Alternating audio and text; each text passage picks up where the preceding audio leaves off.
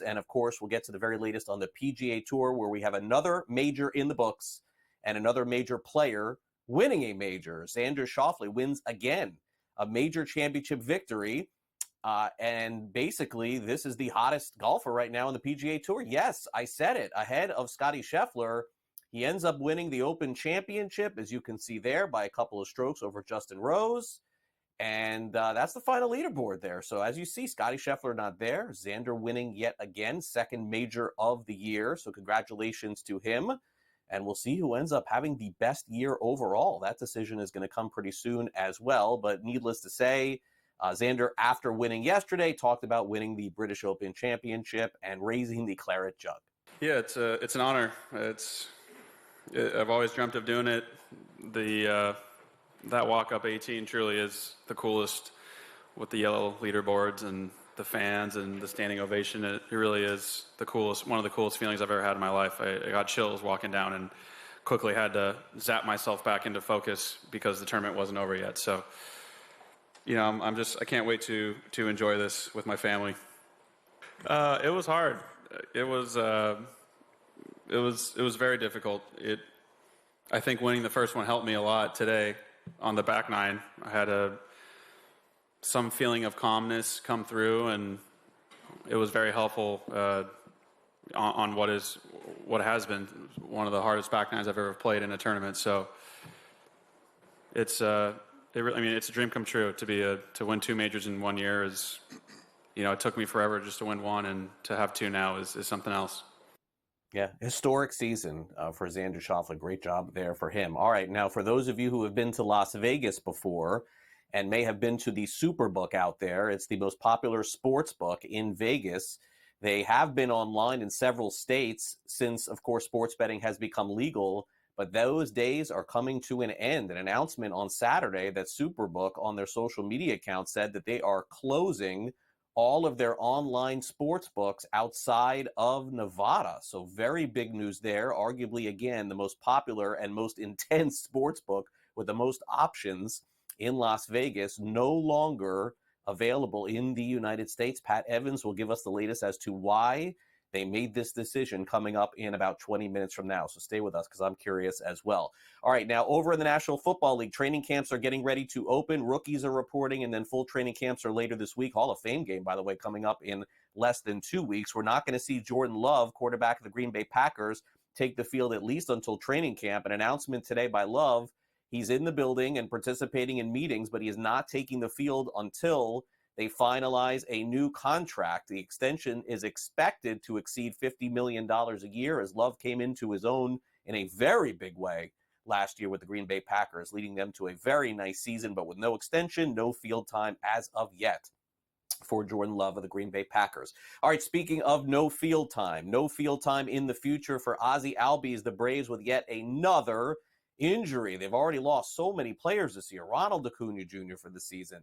And, of course, they have lost their great pitcher, Spencer Strider, for the season. Now, Ozzie Albies has a fracture in his wrist and is going to miss approximately 8 weeks of time. They did sign Whit Merrifield to replace him, but Brian Snitker last night after the game basically saying he doesn't know how many injuries they can overcome. No, it seemed to be. No, but, it's runner hit it, and that's never good.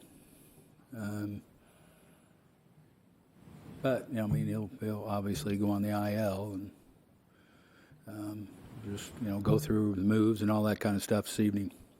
Yeah, no, it is.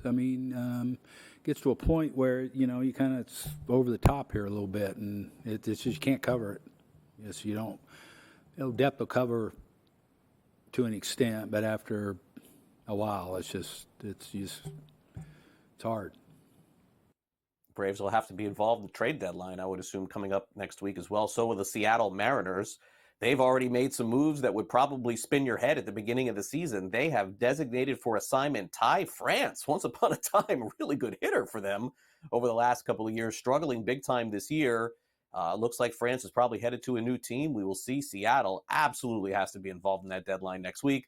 Meanwhile, Yordan Alvarez hit for the cycle yesterday for the Houston Astros, so congrats to him. 1 o'clock Eastern, we do have baseball today. There's some wraparound games in Major League Baseball One of them, Yankees and Rays. They'll begin at 1 o'clock Eastern today. Over in the National Football League, a new contract extension. It is extension season, so to speak. Kenny Clark, 3 years, $64 million with the Packers. So they're giving out a lot of money lately. How much is left for Love, we will see. Daniel Jones, of course, missed a lot of time last season with an ACL injury, had it back in November, was not fully cleared in the spring. But right now, it looks like Daniel Jones will be back on the field for training camp. And the quote that he used yesterday was, yeah, should be ready to go. Veterans report to Giants camp on Tuesday. First practice is Wednesday. Another free agent running back has signed. Cam Akers, former high pick, of course, out of Florida State, played for the Rams and the Minnesota Vikings, has signed with the Houston Texans. Joe Mixon signed with them in the offseason. Dameon Pierce is also there, so clearly Akers will just try and make the team this year. Kind of a fall from grace, unfortunately, for him. And by the way, still one first-round pick unsigned. Would you believe this? I didn't even know this. Amarius Mims is the last first-round pick. Finally got a contract signed, $15 million, $7.9 million signing bonus. Signs that deal today with a fifth-year option so he could get into camp. It was the very last one. Didn't realize that anybody was unsigned to this point. All right, also didn't realize that a basketball player has never been the USA flag bearer at the opening ceremonies this week in Paris. LeBron James was named the flag bearer. It's the first time ever that a men's basketball player is going to carry the flag for Team USA. Women's basketball player Sue Bird did it in 2020. Dawn Staley did it in 2004. Now LeBron James, of course, participating in another Olympics after winning some golds in 2008 and 2012 and a bronze in 2004. LeBron, you will see him on Friday. The ACC, their football, is having their meetings this week, so we'll learn more about this story coming up tomorrow.